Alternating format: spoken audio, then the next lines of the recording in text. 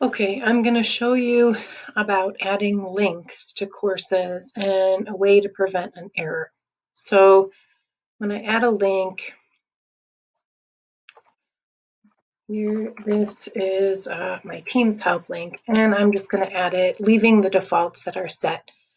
Okay, when I do this and somebody goes to click to this link, you get this message.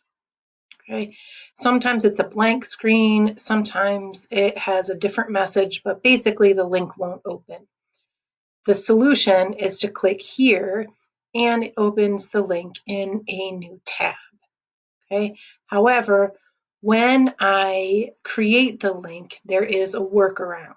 Okay, so add the file, add the link, paste the same link. I'm going to label this 2, and right here, this. See how when I hover over it, it says display in Schoology? Click it once. Now when I hover over, it says display in new window. Okay, now I'm going to add this link. Okay, here's Teams Help 2.